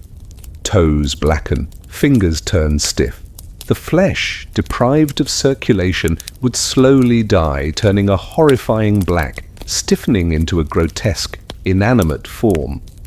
Gangrene would often set in, spreading toxins throughout the body. The pain for those who retained sensation was agonizing, constant, a burning torment that drove men to the brink of madness. For others, a horrifying numbness would claim their limbs, leaving them walking on legs that no longer felt like their own. Soldiers walk on legs that no longer feel like their own, guided by will, not warmth. The physical act of marching, of putting one foot in front of the other, became an act of profound, agonizing will, driven not by warmth, not by sensation, but by the sheer, unyielding determination to survive, to keep up with the column, to avoid being left behind, to freeze to death. Many would simply leave their black, dead toes or fingers behind, shattered by the cold, a chilling marker of their march. The psychological toll was immense. To witness such profound suffering, such physical disfigurement, such agonizing pain, yet to be forced to continue to push forward, knowing that the same fate awaited you if you faltered. This was a profound, soul-crushing ordeal. The loss of limbs, the permanent crippling, was a constant reminder of winter's merciless triumph. The frostbite march was a terrifying, profound reality in Napoleonic France, a chilling testament to the cold that tested the body. It was a calm, immersive descent into cold, charting the tragic struggle for survival where hunger and frost ruled, and the faint echo of distant cannon fire faded into the snow, a grim soundtrack to its suffering, its very heart fighting a losing battle against profound physical devastation, a grotesque tableau of humanity pushed beyond its limits. The fires that couldn't last, as Napoleon's Grand Army retreated across the vast frozen plains of Russia, battling not just the relentless cold and the ceaseless enemy, but the gnawing pangs of starvation, and the profound psychological torment of endless retreat, fire, their ultimate defense, became a source of desperate anguish. The fires that couldn't last were a grim, pervasive reality. A handful of embers becomes a treasure. Around it men huddle, whispering not of glory, but of home, transforming a desperate huddle into a fleeting sanctuary. A brief, fragile defiance against an overwhelming, lethal winter that constantly threatened to extinguish their last, precious spark. Imagine the air inside a crude, smoky hut or around a dwindling campfire, thick with the pungent aroma of wood smoke, damp wool, and the subtle tang of unwashed bodies mingled with the metallic scent of cold steel and fear. The sounds were no longer the distant roar of a blizzard. They included the soft crackle and hiss of a dwindling campfire, the low murmurs of tired men, the rhythmic groans of restless sleepers, and the muffled breathing of a few dozen soldiers crammed into a small, open space. Moonlight over endless white plains illuminated scattered, flickering points of light. Fuel, precious and constantly scarce in the devastated Russian landscape, was almost impossible to find. Forests had been plundered on the outward march, villages burnt. What little wood could be scavenged, broken furniture, frozen branches, the remnants of carts, was meticulously rationed, added sparingly to the struggling fires. Listen to the soft crackle and hiss of a dwindling campfire, its flames dancing defiantly against the immense darkness, its warmth barely reaching beyond its immediate circle. Hear the low murmur of tired men, their voices hushed by fatigue, and the immense cold whispering stories of home, exchanging anxieties, or simply seeking solace in the presence of comrades. See the indistinct forms of soldiers, their bodies huddled close, wrapped in tattered coats, their faces grimly illuminated by the fitful glow. A handful of embers becomes a treasure. As the precious wood was consumed, the flames would dwindle, then fade, until only a handful of deep red embers remained, glowing tenuously beneath a thin layer of ash. These were guarded with desperate reverence, their fragile warmth a testament to the dying hope. Every flicker, every spark, was a precious, irreplaceable treasure conserved with agonizing care. Around it men huddle, whispering not of glory, but of home. The warmth that emanated from these meager embers was minimal, barely capable of pushing back the biting cold. Yet, around this dying glow, men huddled, their bodies pressed close, seeking the collective heat. Their conversations turned not to the triumphs of empire, not to the glory of battle, but to the deep, aching yearning for home, for the warmth of a familiar hearth, for the taste of bread, for the comforting embrace of family. The psychological toll was immense. The relentless cold, the gnawing hunger, the profound sense of loss, and the ever-present awareness of the dwindling fire. These factors eroded morale, bred despair, and chipped away at the formidable discipline of the Grand Army. The prospect of the fire dying completely, of being plunged into absolute cold and darkness, was a terrifying existential threat. The last flicker of warmth before exhaustion took hold, before the cold claimed another life. The fires that couldn't last were a terrifying, profound reality in Napoleonic France, a chilling testament to the cold that tested the body. It was a calm, immersive descent into cold, charting the tragic struggle for survival, where hunger and frost ruled, and the faint echo of distant cannon fire faded into the snow, a grim soundtrack to its suffering, its very heart fighting a losing battle against profound, encroaching oblivion. The cold beyond the battlefield, the frozen drum, as Napoleon's Grand Army made its agonizing retreat across the vast, frozen plains of Russia, battling not just the relentless cold, but the insidious erosion of its own spirit. Even the fundamental symbols of military order succumbed to winter's brutality. The frozen drum was a poignant, chilling reality. The drummer boy tries to play, but the skin of the drum has frozen hard. The army marches without rhythm, only wind for music, transforming a vital instrument of war into a stark testament to nature, overwhelming power, and the utter disintegration of military discipline. Imagine the air, utterly frigid, sharp and brutal, stealing your breath, thick with the subtle scent of ice, frozen mud, and the pervasive aroma of human despair. The sounds were no longer the rhythmic thunder of cannon or the disciplined beat of drums. They included the low moans of agonizing pain, the dragging shuffle of countless boots on frozen ground, and the mournful whisper of icy winds. Moonlight over endless white plains illuminated figures hunched against a silent, chilling march. The drum, particularly the snare drum, was a vital instrument in the Napoleonic army. It dictated the pace of the march, relayed commands, called men to rally, and provided a psychological boost to morale. The drummer boy, often a young, brave recruit, held a crucial role, his rhythmic beat a constant, reassuring pulse amidst the chaos of war. Listen to the desperate tap of drumsticks against a taut, unyielding surface, a dull, muffled thud that produced no resonance, no rhythm. Hear the low murmur of frustration from the drummer boy, his fingers numb with cold, trying to coax a sound from his instrument. See his small, hunched figure, his face grim with cold and despair, trying to perform his duty, but rendered impotent by the elements. The drummer boy tries to play, but the skin of the drum has frozen hard. The extreme cold, plunging far below freezing, would cause the natural skin of the drum head, usually made of calf skin or goat skin, to stiffen, to contract, and to freeze solid.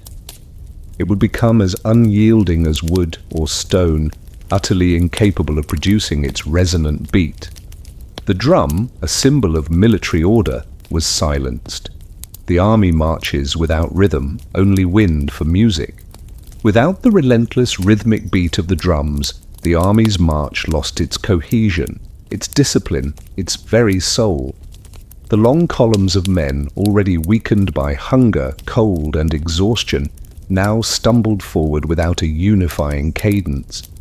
The only music that accompanied their agonizing progress was the mournful howl of the icy wind sweeping across the desolate plains, a desolate, chilling counterpoint to their profound suffering. The psychological impact was immense. The silence of the drums was a profound, visible symbol of the army's disintegration. It amplified the sense of despair, of disarray, of the overwhelming triumph of nature over human organization. It eroded morale, further shattering the fragile remnants of discipline and confirming the terrifying reality of their defeat. The individual drummer boy, unable to perform his duty, felt a profound sense of failure, of helplessness. His frozen drum became a testament to his impotence, his efforts rendered futile by the merciless cold. The drummer boy tries to play, but the skin of the drum has frozen hard. The army marches without rhythm, only wind for music. The frozen drum was a terrifying, profound reality in Napoleonic France, a chilling testament to the cold that tested the body. It was a calm, immersive descent into cold, charting the tragic struggle for survival, where hunger and frost ruled, and the faint echo of distant cannon fire faded into the snow, a grim soundtrack to its suffering, its very heart fighting a losing battle against profound physical devastation and the utter collapse of its martial spirit. The horses that fell asleep standing, as Napoleon's grand army retreated across the vast, frozen plains of Russia, battling not just the relentless cold and the ceaseless enemy, but the gnawing pangs of starvation and the profound psychological torment of endless retreat. Even the mightiest creatures succumbed to winter's brutality. The horses that fell asleep standing were a grim, pervasive reality. Even the animals surrender to the cold. Some freeze where they stand. Statues of endurance on an endless plain, transforming living, breathing beasts into haunting, frozen monuments, a chilling testament to nature's overwhelming power and the utter devastation of the Grand Army. Imagine the air, utterly frigid, sharp and brutal, stealing your breath thick with the acrid stench of frozen mud, decaying flesh, and the pervasive aroma of human despair. The sounds were no longer the distant thunder of cannon. They included the low moans of agonizing pain, the rhythmic shuffle of countless boots on frozen ground, and the mournful whisperle of icy winds. Moonlight over endless white plains illuminated vast, desolate stretches, littered with silent, frozen forms. The Grand Army relied absolutely on its horses. They pulled artillery, carried supplies, served in the cavalry, and transported officers. Hundreds of thousands of them had begun the march, but the relentless cold, the lack of forage, the constant exertion, and the sheer distances systematically decimated their numbers. Their loss was a catastrophic blow to the army's logistics, its mobility, and its very fighting capability. Listen to the low moans of agonizing pain from dying horses, their voices thin and reedy, slowly fading into the vast, indifferent night. Hear the rhythmic crunch of human boots on the frozen ground, walking past countless silent forms. See the vast, white expanse of the plains, littered with the bodies of fallen horses, their forms frozen solid, their eyes wide and vacant, a haunting tableau of animal suffering. Even the animals surrender to the cold. Some freeze where they stand, statues of endurance on an endless plain.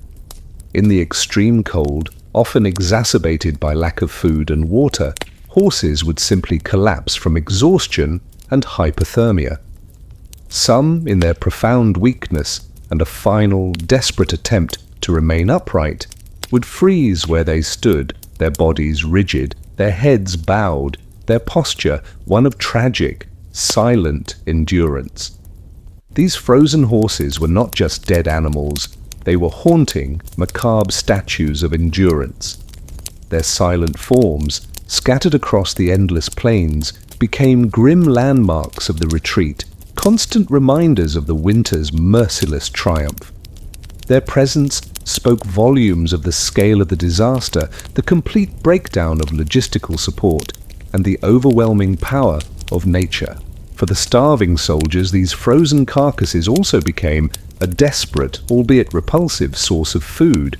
Men would hack at the frozen flesh, trying to tear off pieces, consuming the raw, icy meat in a desperate attempt to stay alive. This was a grim, horrifying act, a stark admission of profound starvation. The psychological toll was immense. To witness such widespread animal suffering, to see their noble companions reduced to frozen statues, to be forced to eat their flesh, this was a profound, soul-crushing ordeal.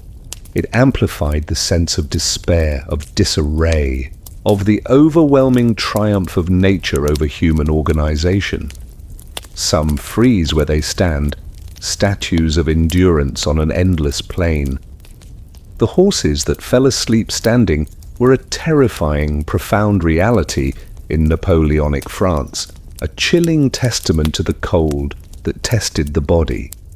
It was a calm, immersive descent into cold, charting the tragic struggle for survival, where hunger and frost ruled, and the faint echo of distant cannon fire faded into the snow, a grim soundtrack to its suffering, its very heart fighting a losing battle against profound physical devastation, a grotesque tableau of humanity and its animal companions pushed beyond their limits.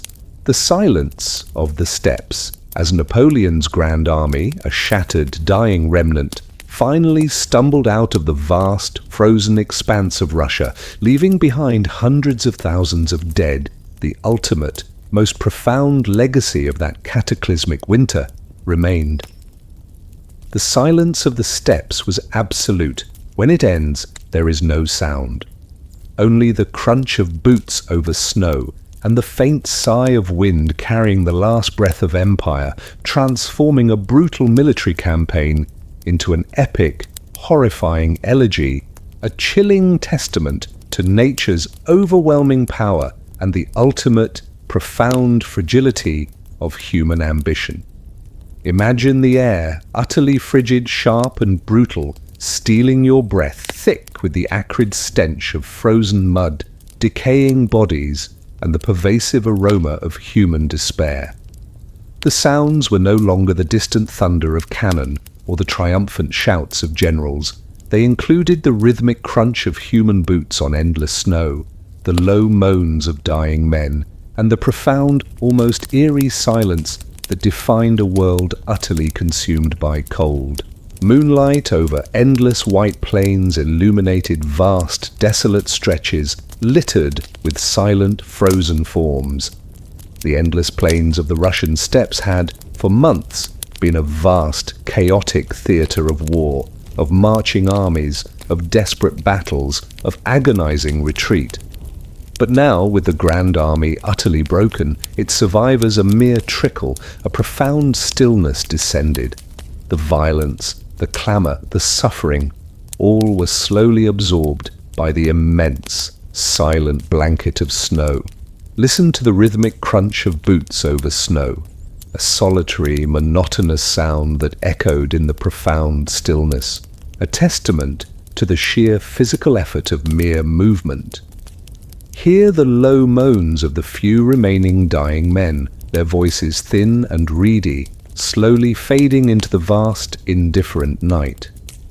See the endless white expanse, stretching to the horizon, dotted with the countless, silent forms of frozen bodies, men, horses, fallen to the cold, to hunger, to exhaustion, to the enemy.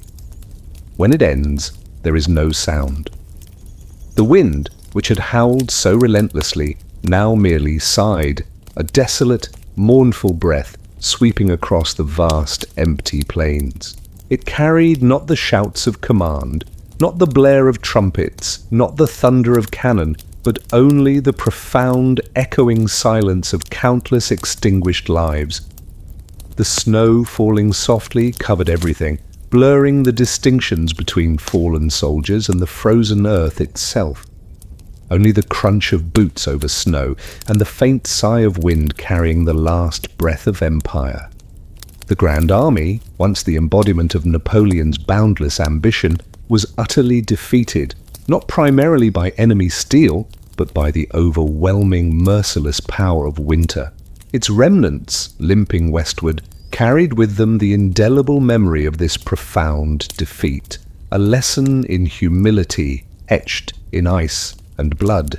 The psychological impact was immense. The silence was not peace. It was the chilling silence of utter desolation, of profound loss, of an ambition brutally crushed.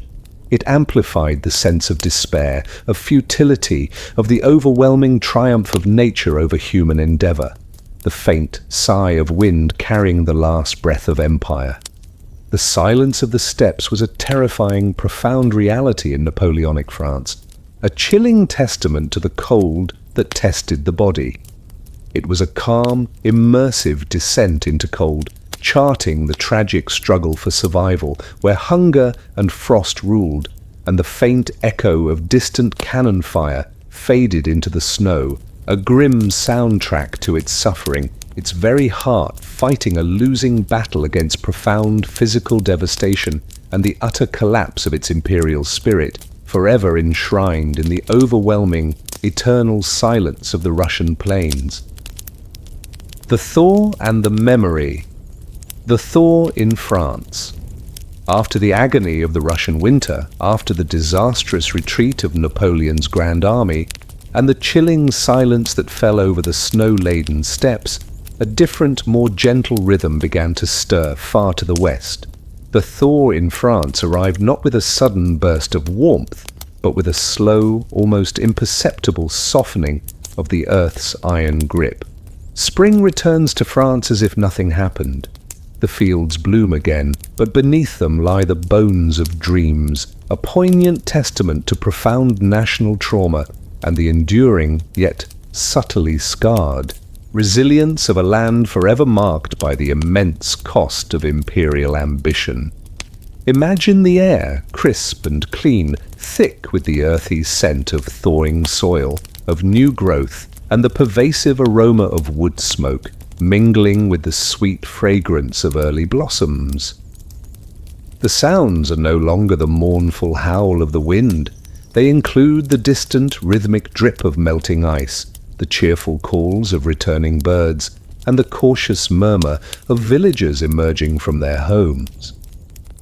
Pale daylight falling on abandoned fields, now visibly softening, illuminates a landscape slowly, miraculously coming back to life. For months, France had endured its own harsh winter, amplified by the immense economic and human cost of Napoleon's campaigns.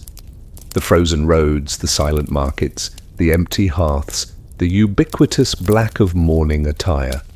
These had defined the home front's silent struggle.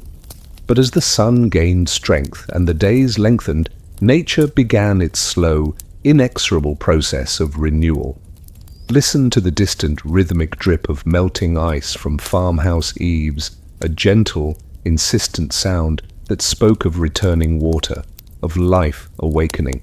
Hear the tentative chirping of a few returning birds. Their small voices a profound counterpoint to the long, deep silence of winter. See the muddy paths slowly reappearing from beneath the snow, revealing new footsteps, the first cautious forays into a world beginning to thaw. Spring returns to France as if nothing happened. The fields, which had lain fallow or been trodden by marching armies, slowly began to soften. Their dark, rich soil, once bound by frost, now yielded to the gentle warmth, coaxing forth the first hardy shoots of green. Orchards, their branches skeletal, would bud with the promise of fruit.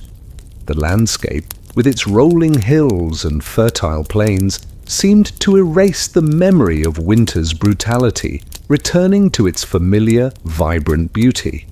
Spring returns to France as if nothing happened. The fields bloom again, but beneath them lie the bones of dreams. This was the haunting paradox of the thaw. The land might recover, its surface vibrant with new life, but beneath that beauty lay an immense, invisible graveyard.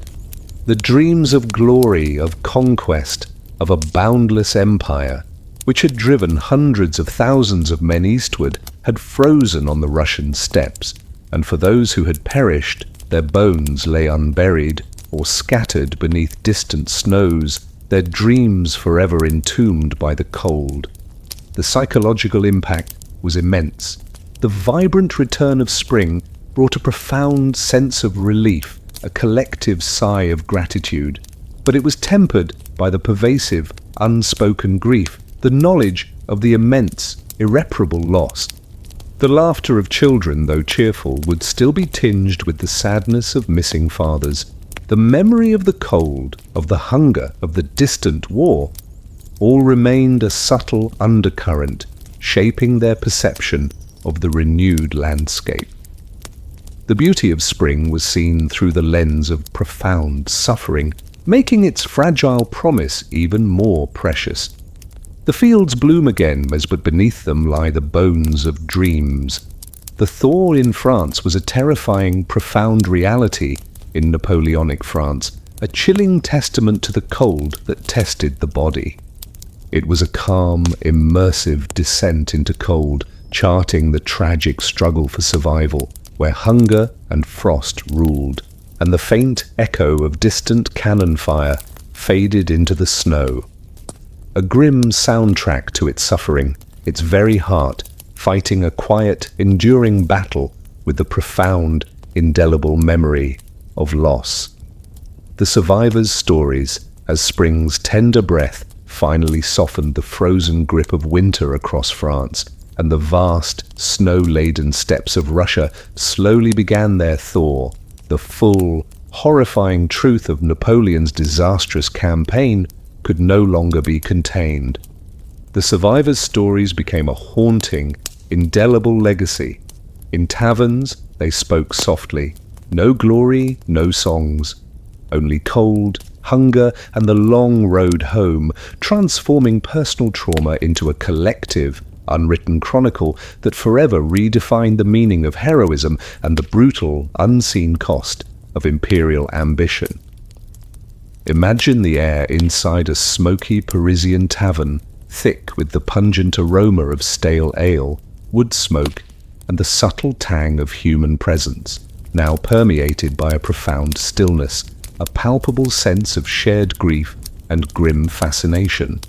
The sounds are no longer the triumphant shouts of empire. They include the low murmur of hushed voices, recounting unimaginable horrors, the clink of pewter mugs, and the quiet sighs of shocked listeners.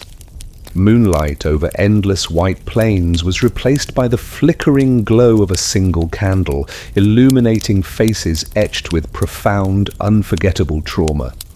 The survivors, a mere fraction of the hundreds of thousands who had marched eastward, limped home, their bodies broken, their minds scarred. They were gaunt, frost-bitten spectres, their uniforms in tatters, their limbs often maimed. Their return shattered any lingering illusions of victory, any carefully constructed narratives of imperial glory. Listen to the low, rasping voices of the returned soldiers, their words often fragmented, struggling to convey the unimaginable horrors they had witnessed. Hear the hushed gasps of the listeners, their eyes wide with disbelief and profound sorrow, as the tales of relentless cold, gnawing hunger, and mass death unfolded. See the veterans, their faces blackened by smoke and frostbite, their eyes hollow and distant, fixed on memories too terrible to fully articulate. In taverns they spoke softly, no glory, no song, only cold, hunger, and the long road home. These were not the heroic sagas of triumphant conquerors. These were grim, visceral accounts of suffering, of desperation, of the overwhelming power of nature. They spoke of comrades dying not by enemy steel, but by the insidious creep of cold, by the agonizing pangs of starvation, by the sheer, relentless misery of the endless march. No glory, no songs. The traditional narratives of military heroism, of battlefield triumphs, seemed utterly meaningless in the face of such profound, indiscriminate suffering. The songs of glory, which once celebrated Napoleon's victories, now rang hollow, replaced by the silent, haunting echoes of the cold, the hunger, and the long, brutal journey back to a home that was itself irrevocably changed. The psychological impact was immense. The stories they carried, the trauma they had endured, reshaped their very understanding of war, of empire, of human resilience. They became living monuments to the cost of ambition, their quiet suffering a more potent lesson than any grand monument. The long road home was not just a physical journey, it was a profound spiritual reckoning. It was a path strewn with the ghosts of comrades, with shattered illusions, with a deep, indelible mark of a winter that tested the very limits of human endurance. In taverns they spoke softly. No glory, no songs, only cold, hunger, and the long road home. The survivors' stories were a terrifying, profound reality in Napoleonic France, a chilling testament to the cold that tested the body. It was a calm, immersive descent into cold, charting the tragic struggle for survival where hunger and frost ruled, and the faint echo of distant cannon fire faded into the snow, a grim soundtrack to its suffering, its very heart fighting a losing battle against profound, unquantifiable trauma forever shaping the memory of empire. The pain of victory. As spring's tender breath finally thawed the frozen grip of winter across France, and the harrowing tales of the Russian campaign filled the taverns, Napoleon, with audacious strategic genius, managed to rebuild his shattered army. Even when Napoleon wins another battle, the memory of that winter lingered like frost on the mind, a persistent, chilling presence that underscored the profound, unacknowledged cost of his victories, transforming triumph itself into a complex tapestry of glory and grim, enduring sorrow. Imagine the air, crisp and invigorating, thick with the sweet scent of new growth, fresh grass, and the pervasive aroma of gunpowder, mingled with the faint, unsettling tang of unresolved grief. The sounds are no longer the muffled murmur of trauma. They include the triumphant blare of trumpets, the joyous shouts of victory, and the rhythmic tramp of newly conscripted soldiers, their steps lacking the weary shuffle of the Russian veterans. Pale daylight falling on resurrected battlefields, now green with spring, carries the subtle weight of memory and the profound paradox of triumph. After the catastrophic retreat from Russia, Napoleon, with incredible energy and strategic brilliance, managed to raise new armies, often composed of young, inexperienced recruits and seasoned veterans. He quickly launched new campaigns, winning further battles in 1813 and 1814, demonstrating his unwavering military genius. For the Empire, these were new victories, reassertions of French power, fleeting moments of restored glory. Listen to the triumphant blare of trumpets, echoing across newly won battlefields, proclaiming another victory for the Emperor. Hear the joyous shouts of the young soldiers, their voices filled with youthful enthusiasm, oblivious to the deeper cost. See Napoleon himself, a figure of undiminished will, standing before his victorious troops, his strategic genius undeniable, yet his gaze perhaps holding a subtle, distant shadow.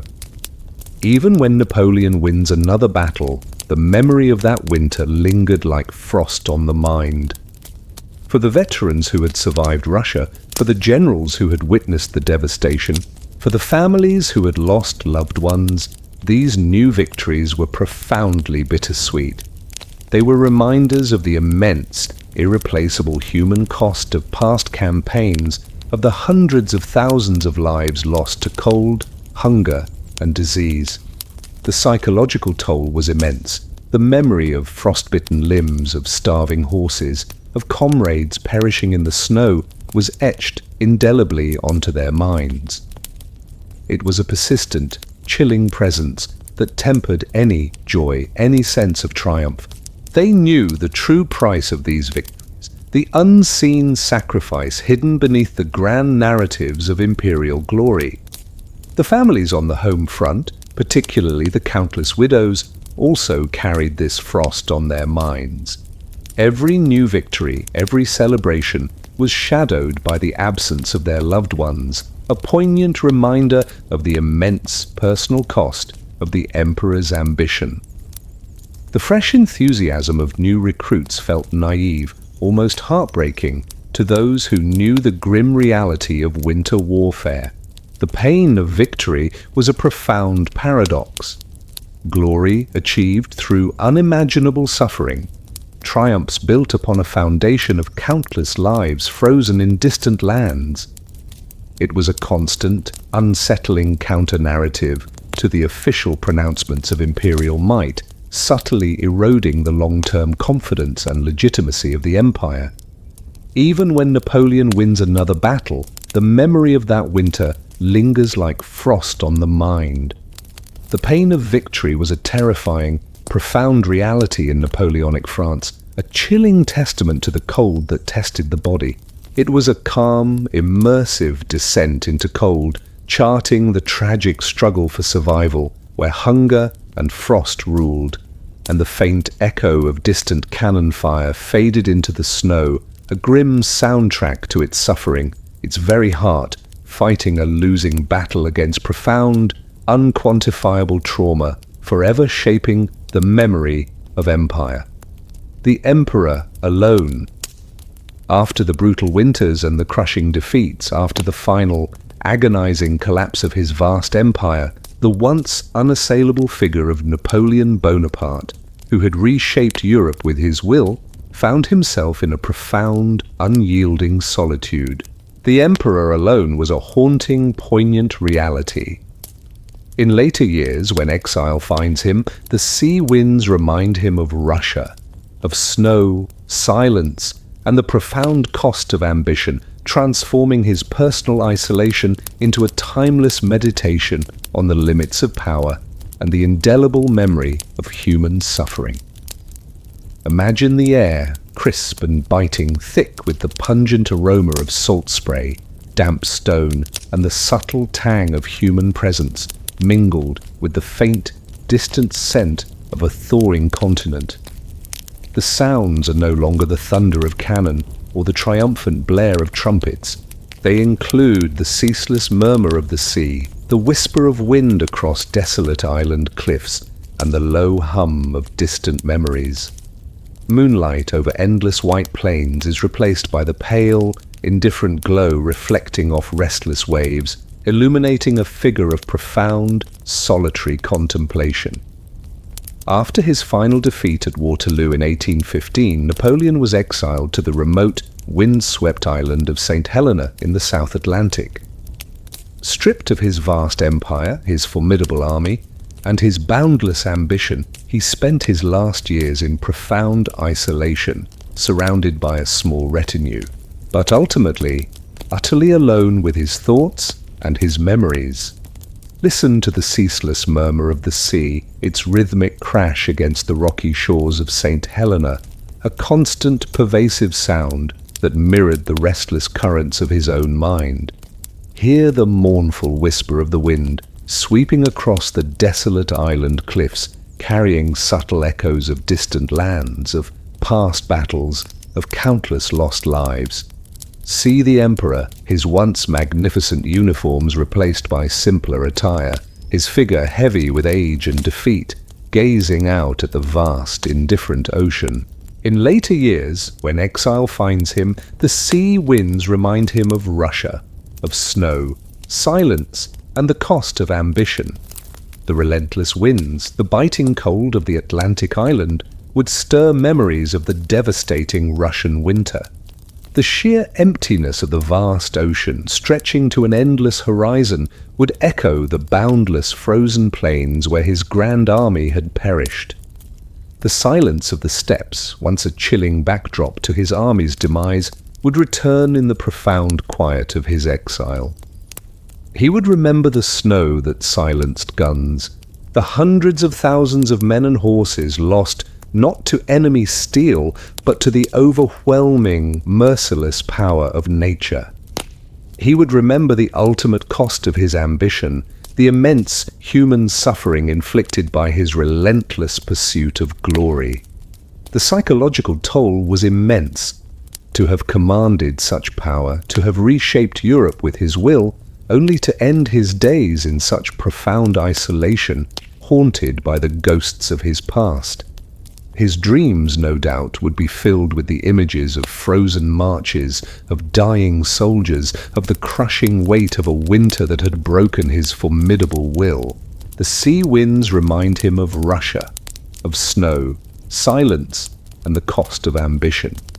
The emperor alone was a terrifying, profound reality in Napoleonic France, a chilling testament to the cold that tested the body. It was a calm, immersive descent into cold, charting the tragic struggle for survival where hunger and frost ruled, and the faint echo of distant cannon fire faded into the snow. A grim soundtrack to its suffering, its very heart fighting a losing battle against profound, unquantifiable trauma, forever shaping the memory of empire in the quiet solitude of his final years. The sun, having witnessed the disciplined marches, the triumphant victories, the catastrophic retreats, and the final, lonely exile of Napoleon Bonaparte, now cast its light on a world vastly changed. The empire he forged had crumbled, his armies dissolved, and his personal ambition, once boundless, was relegated to history. Yet, the memory of that brutal season remained, The eternal winter endures. History remembers the battles, but the soldiers remembered the cold, a season that froze both flesh and faith, a profound, unshakable truth etched into the very soul of Europe, forever echoing the devastating cost of war. Imagine the air, crisp and clean, thick with the subtle scent of new growth, damp earth, and the pervasive aroma of memory mingling with the low hum of modern life. The sounds are no longer the thunder of cannon.